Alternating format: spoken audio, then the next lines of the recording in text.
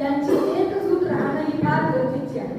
कारण आपला त्या ठिकाणी मनुवादी विचाराचे जे लोक सत्तेवर आहेत ते तुमचं आपल्याला या ठिकाणी मागे ओढायसाठी किंवा आपल्यामध्ये अफवा पसरवून आपल्यामध्ये कुठेतरी भांडण लावून या प्रकारे आपलं मनोबल नचवण्याचं काम पुढच्या काळात करत राहणार आहे.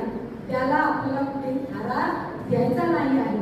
आज या ठिकाणी बोलताना अशोक भाऊ बोलले की ताई किंवा आमचे बापू किरण बापू बोलले की ताई हळव्या आहेत. हो, मी हळवी आहे.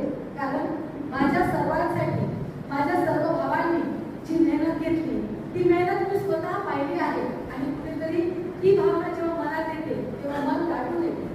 पण मी आज हेही सांगेन की दुसरं रूप माझं झाशीच्या राणीसारखे आहे आणि ते पुढच्या काळात तुम्ही